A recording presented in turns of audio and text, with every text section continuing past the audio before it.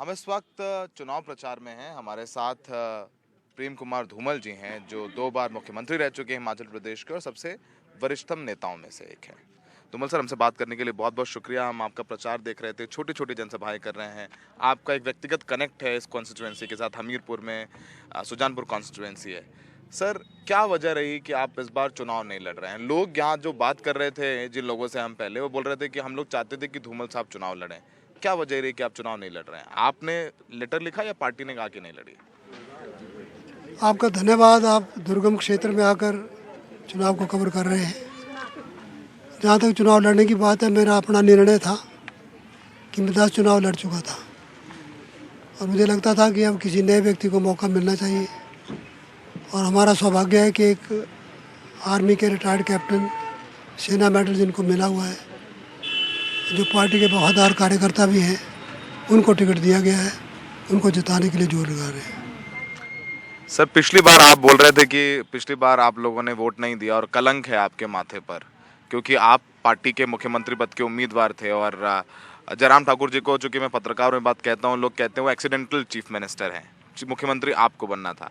क्या एक बात का दर्द है आपके अंदर? मैंने कभी नहीं कहा कि इनके माथे पे कलंक है। वो स्वयं कहते थे हम इस कलंक को ख़त्म करना चाहते हैं। जो बात गई सो बीत गई, बीत गई सो बात गई, आगे की सुधी ले। इसलिए हमने सोचा नया इतिहास शुरू करो। और से सेना मेडल जीते हुए कैप्टन को लड़ाओ, उसे जिताओ और सुजानपुर की शान बढ़ाओ। सर, इस बार हिमाचल प्रदेश में बीजेपी बागियों से बहुत लड़ रही है। बहुत सारे 21 उम्मीदवार हैं ऐसे, आप सबको ही जानते हैं, तो आप तो टिप्स में जानते हैं, बूथों के सारे कार्यकर्ताओं को जानते हैं। उससे जो हम लोग भी इलेक्शंस कवर कर रहे हैं, समझ में आ रहा है बीजेपी को नुकसान हो रहा है। हम जैसे हमने बताया, अन्नी विधानसभा गए थे, वहाँ से किशोरी लाल लड़ रहे हैं, नेगी जी लड़ रहे हैं, और भी कई जो अभी हाल ही में बीजेपी में शामिल हुए, होशियार सिंह, उनको भी टिकट नहीं मिला, वो भी फिर इंडिपेंडेंट खड़े हो गए हैं। क्या लगता है कि इससे पार्टी को नुकसान होगा? जिस पार्टी के जीतने की ज़्यादा संभावना होती है, सरकार बनाने की संभावना होती है, उसके प्रमुख कार्यकर्ताओं में निश्चित तौर पर इच्छा होती है कि वो चुनाव लड़ें, जीतें, एमएलए बने और सरकार का हिस्सा बने। इसलिए स्वाभाविक है, बहुत से लोगों ने टिकट मांगा, पर टिकट तो एक ही होता है। इसलिए बाकी कार्यकर्ता उसको समर्थन करें। जहाँ तक आपने नुकसान की बात की, नुकसान निश्चित तौर पे होता है। एक वोट भी अगर बाहर चला जाए तो उससे नुकसान होता है, और अगर कार्यकर्ता जाता है तो उसके साथ कई वोट जाते हैं। कुछ लोगों को हमने बिठाने में सफल हो गए हैं।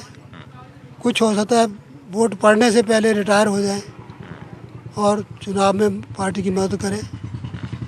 लेकिन रेबल दोनों पार्टियों में है। जिस पार्टी में ज़्यादा संभावना है वहाँ ज़्यादा है, निश्चित तौर पर। सर, दोनों पार्टियों में रेबल हैं और आप की भी पार्टी क्या मदद ले रही है? आपने ये बात की नेताओं से बैठने के लिए, कई जो आप जब मुख्यमंत्री थे तो आपने इनको टिकट दिया, जिनको आपने बढ़ाया भी, नेता ही बनाया, जिनको आपने नहीं भी बनाया वो भी नाराजगी के साथ नहीं लड़ रहे हैं, तेजवंत नेगी जैसे लोग हैं। क्या आपने भी फ़ोन किया, पार्टी ने आपकी मदद ली? मैंने सबको फ़ोन किया, सबको कहा कि घर में ही इज्जत होती है। सिर से निकला हुआ बाल, मुंह से निकला हुआ दांत और समाज से उखड़ा हुआ व्यक्ति फिर कभी शोभा नहीं पाता। तो अपने अपने स्थान पर ही सबका सम्मान होता है, लेकिन भावनाओं में लोग उठ खड़े हुए हैं। किसी के साथ जो वायदा किया था शायद वो पूरा नहीं हुआ। तो अपने अपने कारण सबके हैं जो लड़ रहे हैं। Sir, Congress old pension scheme को लेकर के, और एक हमने जब कवर किया तो लोगों में सेंटिमेंट है इस बात को लेकर के, पुरानी पेंशन योजना को लेकर के लोग बात कर रहे हैं, इस बात की चर्चा है। उसको लेकर के आपका क्या कहना है? कांग्रेस को लगता है कि वो ओल्ड पेंशन स्कीम के जरिए वापसी सत्ता में कर सकते हैं, और यहाँ चूंकि स्टेट एम्प्लॉयज बहुत सारे हैं। और कोई व्यक्ति ओपीएस मांगे, ओपीएस का समर्थन करे तो बात समझ आती है। हिमाचल प्रदेश में ओपीएस को ख़त्म ही कांग्रेस पार्टी की सरकार ने किया था। 2003 तक हम सत्ता में थे, हमने नहीं होने दिया। 2004 में प्रदेश में भी कांग्रेस सरकार थी और दिल्ली में भी कांग्रेस सरकार बन गई, तो ओल्ड पेंशन स्कीम को ख़त्म किया और न्यू पेंशन स्कीम लागू कर दी। इसलिए कांग्रेस तो घड़ियाली आंसू बहा रही है। जब भी ये सुविधा देंगे तो बीजेपी वाले ही देंगे।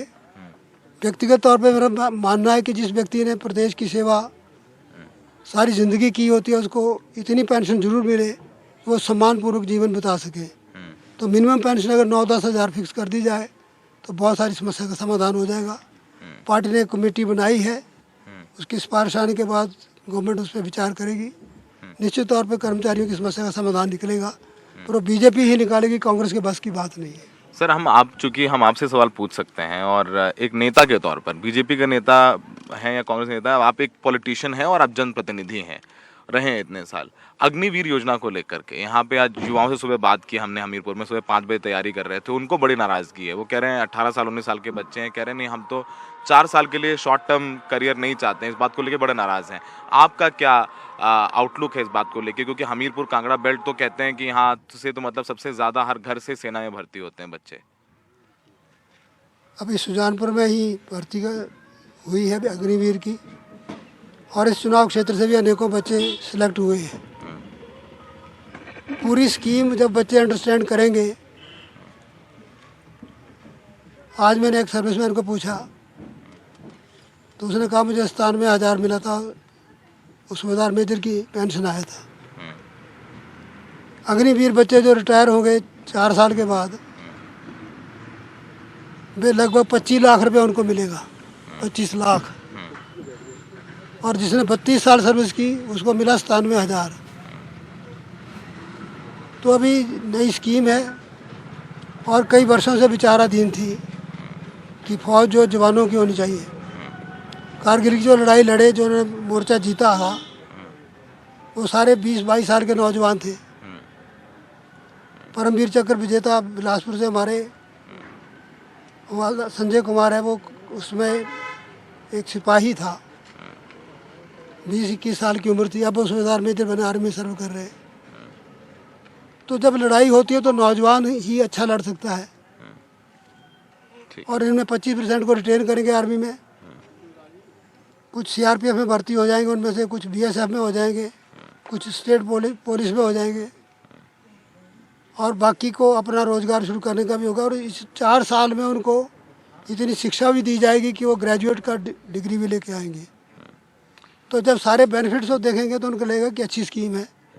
लेकिन जब शुरू कुछ भी स्कीम को करोगे तो शुरुआत में ऐसा लगता है कि गलत हो रहा है। ठीक है, आखिरी सवाल आपसे, हिमाचल प्रदेश में या देश की राजनीति में प्रेम कुमार धूमल आगे अपनी क्या सहभागिता देखते हैं भारतीय जनता पार्टी में? Do you feel left out in this elections?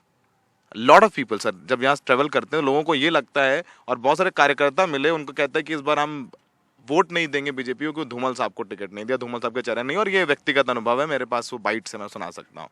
तो do you feel left out in this elections? Your party workers are saying they are angry that you did not get ticket. देखिए, party में और सरकार में अनेकों पद होते हैं, अध्यक्ष, महामंत्री, मुख्यमंत्री, मंत्री, एमएलए, लेकिन एक न एक टाइम में उसके साथ पूर्व लगता है। पर हमारी पार्टी में एक पद ऐसा है जिसके साथ पूर्व का भी नहीं लगता, वो है कार्यकर्ता का पद। तो एक कार्यकर्ता के तौर पे मैं काम करता रहूँगा, जब तक जिंदा हूँ तब तक पार्टी के लिए काम करूँगा, देश प्रदेश के लिए काम करूँगा, जिसको भी पार्टी टिकट देगी उसको समर्थन करूँगा। You don't feel left out? नहीं, I chose myself not to contest.